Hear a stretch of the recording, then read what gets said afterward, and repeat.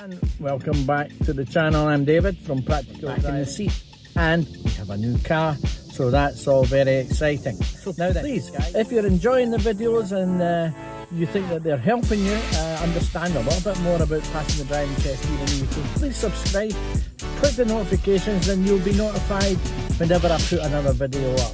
Hello there, we've got Pritam next to us. Hey, let's go. That's the actual structure.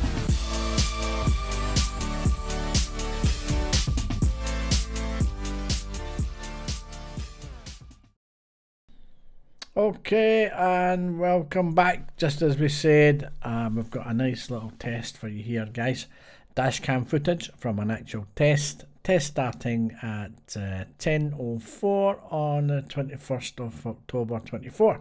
So we're quite recent, and we're going to try and follow the route that the student is going to take. So remember, guys, remember a good blind spot check and signal before moving away, and mirrors and signal before turning right and left at junctions. So let's have a wee look at today's test, and we'll see where we're going today.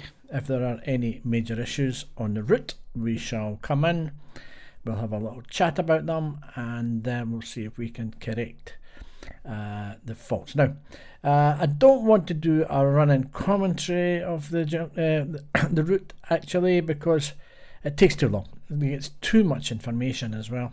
So let's just come in. We'll chat about some things. Going up Bryce Road here at the moment, and usually the test goes right to the end of this road and turns left down the Lanark Road. So they usually sometimes do a wee stop on the hill here on the left hand side if it's spaces available. If not, they'll probably continue on just to see a wee uphill start here. So yeah, so we'll carry on a bit, and I'll try and keep quiet. I might put a little bit of light music on in the background. Now, I would say that coming up to the end of this road here, there is a little pedestrian pathway. You'll see the curbs dropping, so watch out for that. You'll see it's maybe even coloured red at both sides there. Now, we don't want to stop right over this little pathway, so the student's done really well here actually. So you can see the pathways got a little dimpled paving there, so that's very important. You hold back from that. So the student's done really well. You can see it's 30 mile an hour in the new road, and so we're hoping that we're going to get a good little position here so that we can have a check to the right, see, and left, and see if it's safe to proceed. Now, as we already said, that the new road is 30 miles an hour, so we'll get moving as soon as there's a gap.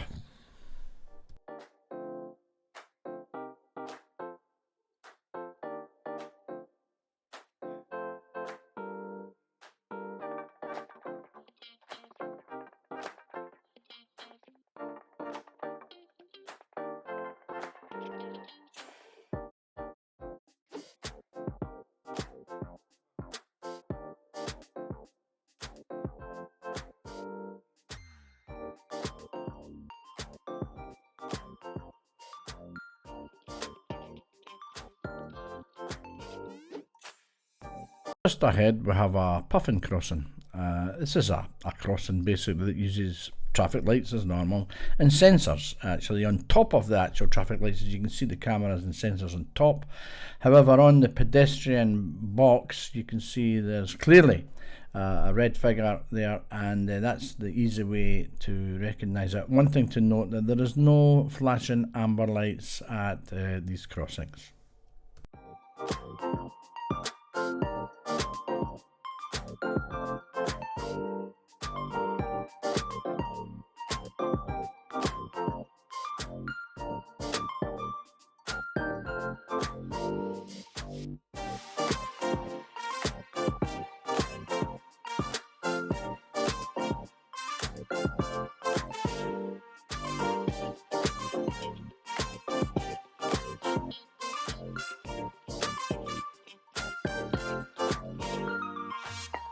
So we're now coming down to the village of Juniper Green.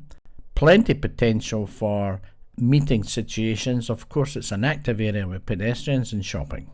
So if there are vehicles parked on your side of the road, guys, remember to make sure you look well ahead and check your mirrors before moving over into the other lane to overtake.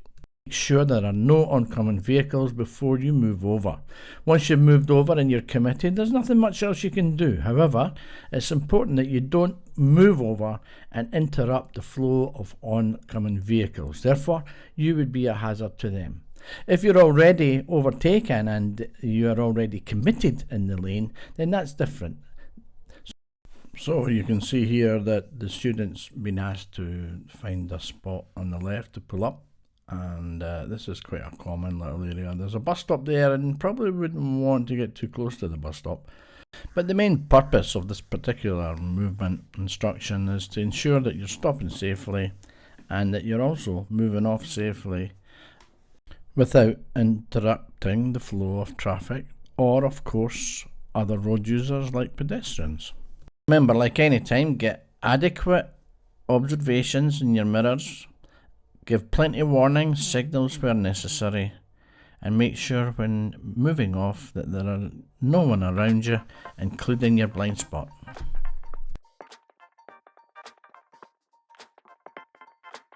So, can you remember the name of the next pedestrian crossing just ahead?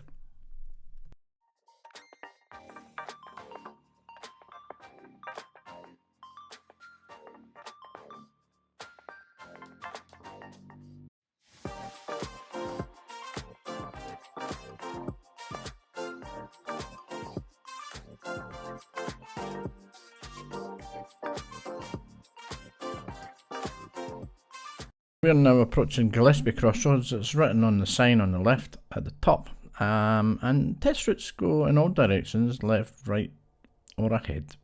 You'll notice that the road markings, although are a bit faded, the right hand lane goes ahead only on this road and to the right. The left lane only turns left. So we'll be turning right down into Gillespie Road.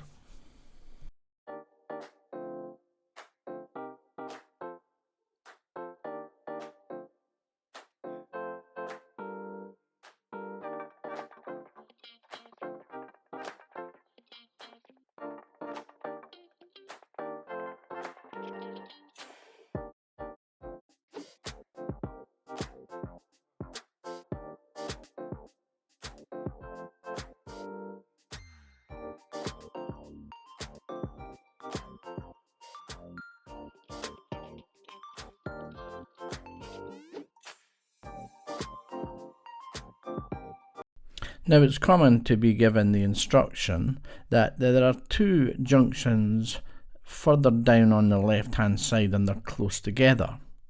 You'll be asked to take the second one on the left. The reason for this instruction, to be clear, is that you don't just do your mirrors and signal right away. Remember, it's the second one on the left. So first of all, you're going to pass this first one here, and then once you've done your mirrors, you can signal now left, and then you can turn the corner into Pentland Avenue. Remember the 20 mile an hour restriction in this area.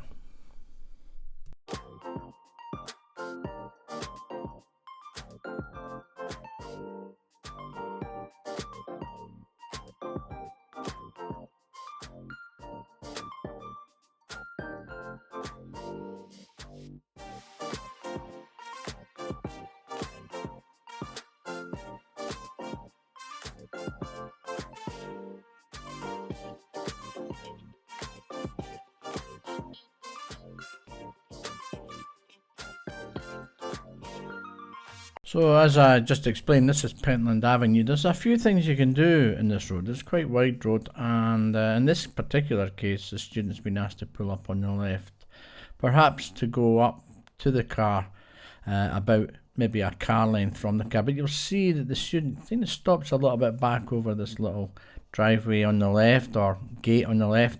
However, the examiner might have asked the student just to get a little bit closer to the car before asking them to move off. And the whole purpose of this particular exercise is to ensure you can move off behind vehicles safely. Now you can already see that there is a warning sign on the left just above the car telling you there's a sharp bend to the left just ahead.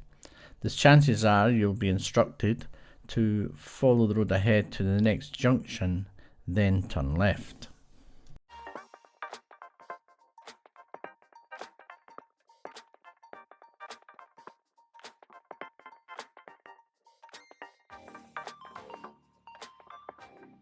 A common fault here is when students come along here, they take the left bend and in their head they think that's them already just turn left, and then they end up going straight ahead at the junction. But no, the instruction is at the junction, turn left.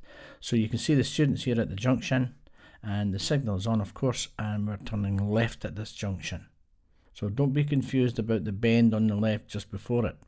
The other instruction I would say to you is that keep well away from the curb on the left. If you rewind it back, you'll notice how sharp that little corner is on the left hand side.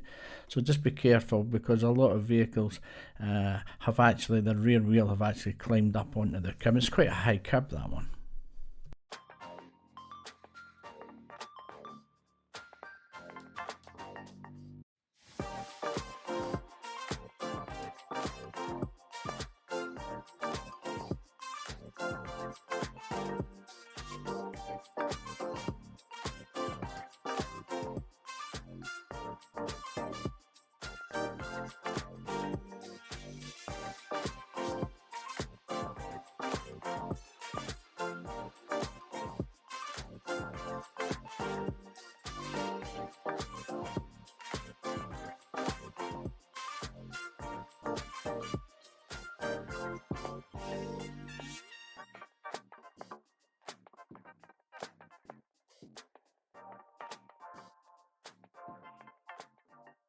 So at the end of this road, we've been instructed to turn right.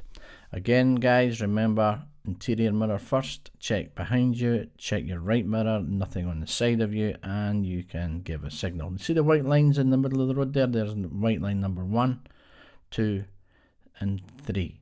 So normally I tend to tell students to take first gear just as you're approaching the third white line there, and it should, you know, you can just roll a little bit up to the end of the road. And sure, there is a cycle lane on the right hand side there. You've got to be very careful, and the observations are not as clear as you would expect at this junction to turn right. So you have to get up to your speed as well.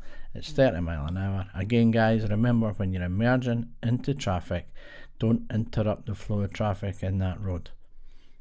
If there's nothing worthwhile to chat about and it's long stretches, I'll just speed it up a bit here. It's probably easier for me. You can always slow it down yourself if you want to get normal speed.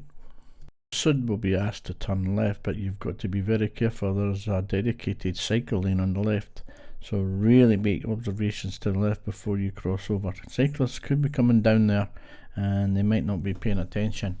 Again, remember the 20 zone, guys, that you've just gone into.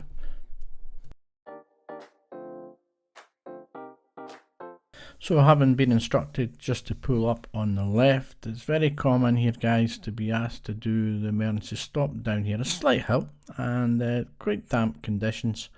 However, remember, guys, on the instruction of the examiner, you must stop the car as quickly and safely under control as possible.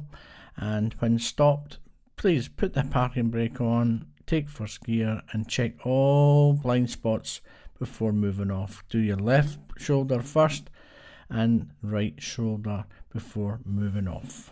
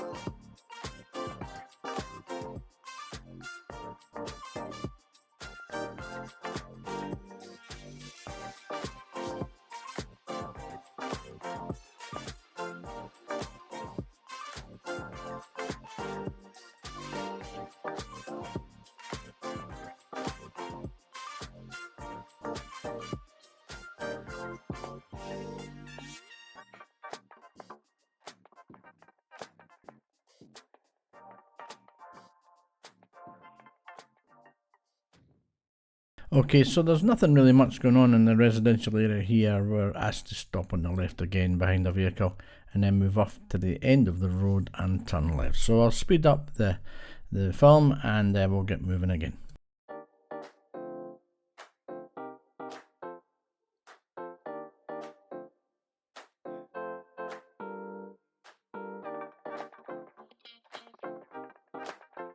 So you'll be instructed at the end of the road to turn left, but you've got to be careful because you see there's a junction on the left. You don't want to jump into the signal, but lo and behold, there's another junction on the left quite near the end. So this one here on the left hand side can usually catch you out and you maybe got your signal on already for the end of the road. So make sure you see the end of the road clearly before you actually give your signal. Take your time here to look at the road markings. There is a cycle lane. So make sure you take extra precautions to ensure that there are no cyclists coming from the right in this particular case.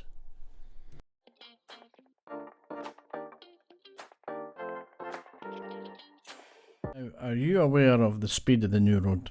As you notice, there are no signs on any of the lampposts giving you any indications, so that should be a clue. The other clue is if you look to the left, there at that road, you'll see there's a 20 zone there. So this should really be a 30. But did you miss the 30 mile an hour restriction when you were exiting the road back there?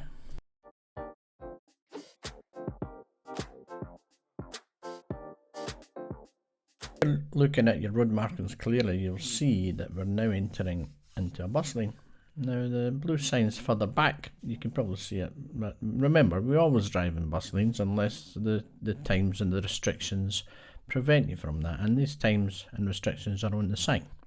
So remember guys, if you see a blue sign, check the time, use the bus lane if it's available.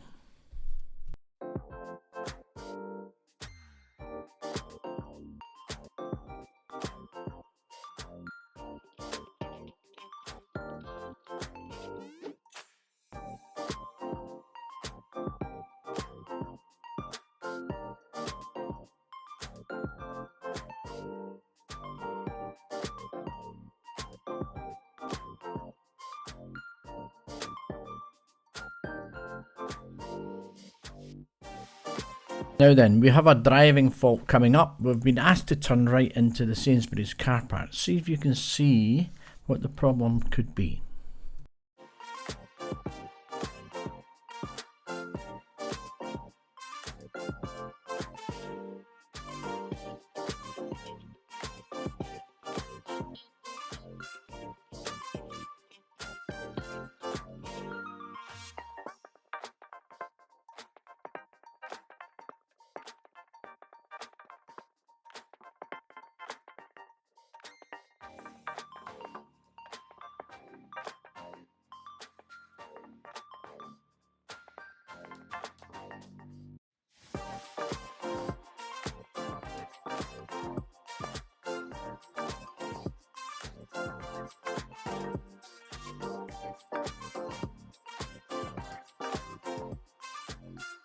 So, did you manage to figure out what happened there? Now, let's go back and have a little look at that.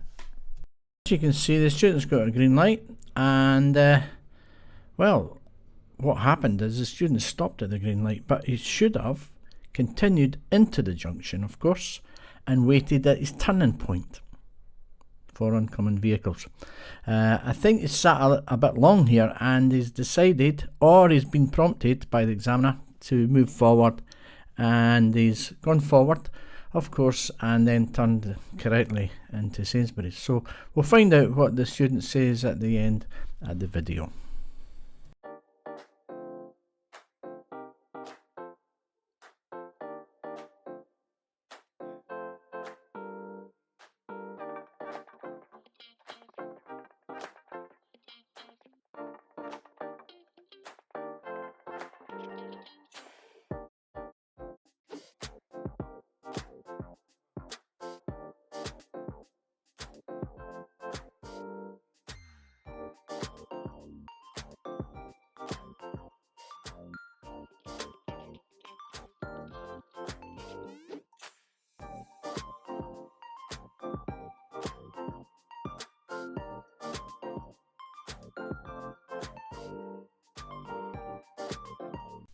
The student in this case has been asked to do a reverse bay, and so at the moment the student elected to take that one, which is bay 1. We're now passing bay 2. We're coming up to the third bay. Now the mini would be sitting in bay 4, in other words, but you don't go as far as bay 4. You stop at the end of bay 3, and all you do basically is reverse back and on a full lock to the left, and you should be there or thereabouts to get into bay number 1.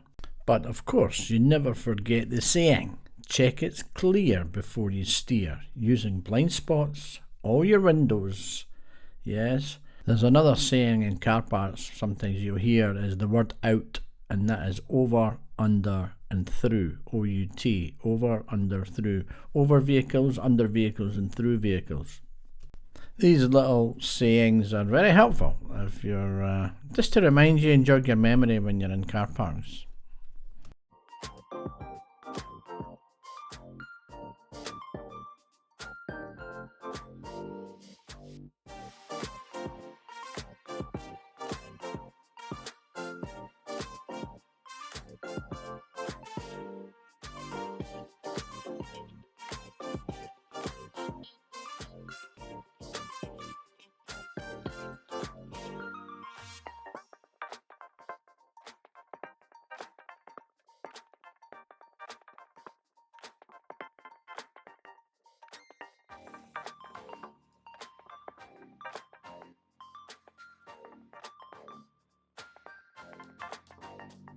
Now there's another fault coming up, everyone, up at the traffic lights. You'll notice that the student in this case was quite hesitant, and there was a little bit of a panic going on, I think. Now the student does really well here and moving into the lane for turning right at the lights, but you'll see that the lights are green. Now there's nothing oncoming, there's no other vehicles moving, but the student again slows down at the green light. Now, seeing the lights going red and passing the stopping area, the student decided to stop, but I think the examiner said to the student, come on, you have to keep going, you've passed the area where you were normally meant to stop. So there is a chance there, guys, that the student perhaps could have probably failed by now, because there's two light situations going into Sainsbury's and coming out where the student's been maybe a bit confused about that little junction. Well, I've been in and out a couple of times, but it's difficult to tell if we came in that direction, maybe the other direction. However, it's just a basic junction, basic colour light junction, turning right or turning left, and it seems maybe the student's been a wee bit confused in that situation. So it doesn't really matter how many times you go up and down the road. It's very important that you actually know the routes and you get a little bit of experience over the areas that you're going to be driving. Therefore, the reason for this particular video and the videos that I'm doing is because I know that I can't take 40-50 hours with students to keep taking them over areas, and it's generally impossible for me to take you every possible scenario that a driving test could probably take you.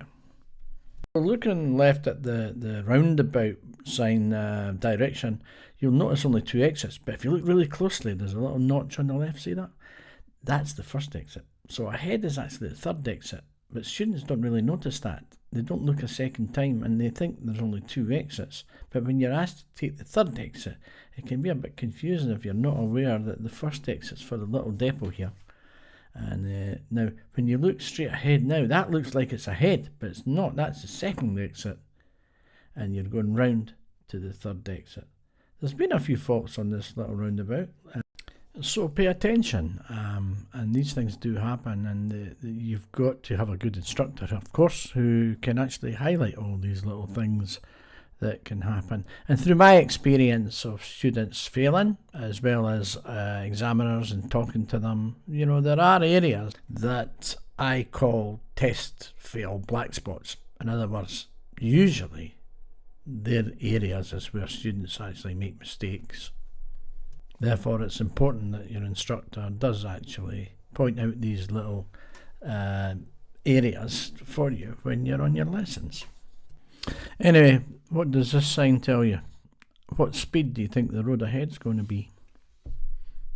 And would you have looked at it and said, oh, That's a dual carriageway and my speed will probably be 40 miles an hour.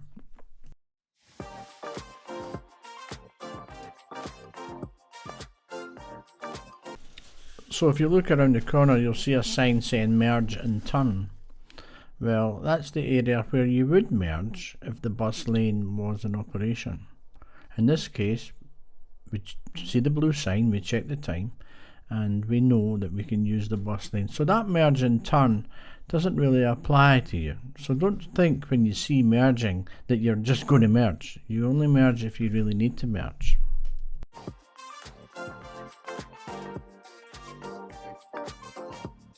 Okay, for the purposes of the video, guys, to save a bit of time, it was quite uneventful from here all the way up to the test centre. So let's fast forward a bit. You can obviously reduce the speed yourself on your computer or on your TV, and you can see the route yourself, but I'll do it maybe 4 times the speed, and just to sort of get on with the video and make the video a bit shorter.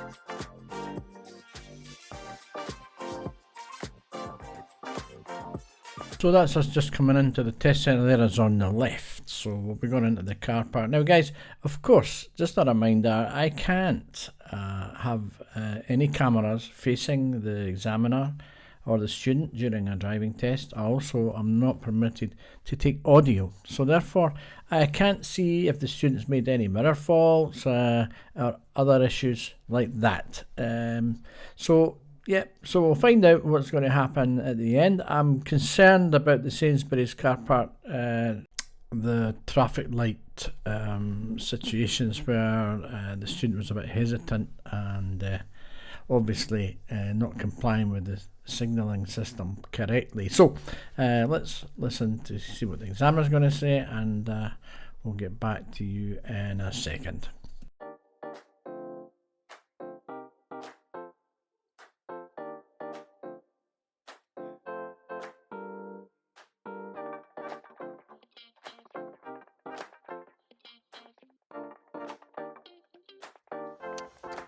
Well guys, it's just as we expected, the traffic lights at Sainsbury's. And it wasn't the first one, because the student gave an explanation why he held back at the first before going in, turning right. And we don't want to keep criticising people who are doing things when they think it's safe. You know, the student thought he would hold back and not cross the cycle box and stuff whilst vehicles were proceeding towards him. He didn't want to get stuck in the middle of the junction. But however, that wasn't where the main issue is. That was wrong, yes, he should have went to the turning point, but coming out, the examiner had to actually give verbal instructions. He's too slow at the green, thought he was going to stop, and as the lights were starting to change, he had already crossed the stopping point, and when the examiner sensed he was stopping, the examiner had to come in and say, look, keep going because you're already committed into the junction, and then he managed to keep going. So failing to respond to traffic signals, guys. So a few other minor faults, of course, in relation to mirrors and maybe a positioning fault. Maybe I think they was just over the speed a little bit, but like I say, yeah, we learn for these things. If you enjoyed the video, guys, if you're learning from them, please, you can drop a comment. Please hit subscribe if you want to see any more videos like this, and click the notifications. You'll be informed of any other future videos comes up. So we're a wee bit disappointed today, but never mind, we'll learn from it next time, and we'll go, and we'll see you again then. Take care. Bye bye.